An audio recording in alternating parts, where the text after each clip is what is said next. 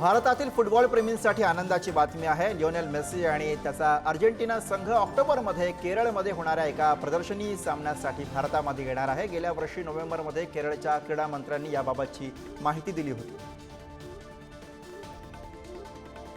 ICC महिला एकदिवसीय विश्वचषक 29 सप्टेंबर पासून सुरू होण्याची शक्यता आहे। तर या स्पर्धेचा अंतिम सामना हा मोहालीच्या मुल्लानपूर स्टेडियमवरती होणार असल्याची माहिती आहे। या चषकामध्ये यजमान भारतासह ऑस्ट्रेलिया, इंग्लंड, दक्षिण आफ्रिका, न्यूझीलंड आणि श्रीलंका यांनी पात्रता मिळवली आहे। आयसीसीच्या एलिट पॅनलमध्ये नितिन मेनन हे एकमेव भारतीय आहेत। नुकतंच आयसीसीनं दक्षिण आफ्रिकेचे अलाउद्दीन पालेकर आणि इंग्लंडचे अलेक्स वार्क यांना आयसीसी एलिट पॅनलमध्ये समाविष्ट केले, तर जयरामन मदन गोपाल यांना उदयोन्मुख पंचांच्या गटामध्ये बढती देण्यात आली आहे।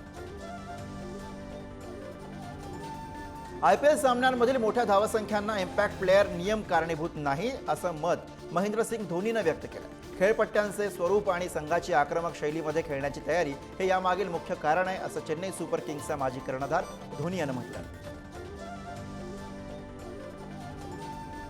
दिल्ली कॅपिटल्सच्या ऐतिहासिक विजयाचा हिरो आशुतोष शर्मा आहे।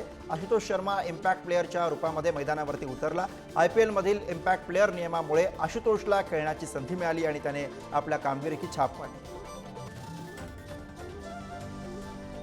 ब्रिस्बेनच्या ऐतिहासिक गाबा स्टेडियम जमीनदोस्त केलं जाणार आहे। 2032च्या ऑलिम्पिक आणि पॅरालिम्पिक नंतर हे स्टेडियम जमीनदोस्त करून व्हिक्टोरिया पार्कमध्ये अत्याधुनिक तंत्रज्ञानाचे नवीन स्टेडियम उभारलं जाईल आणि या मैदानाची प्रेक्षक क्षमता अंदाजे 63,000 इतकी असेल।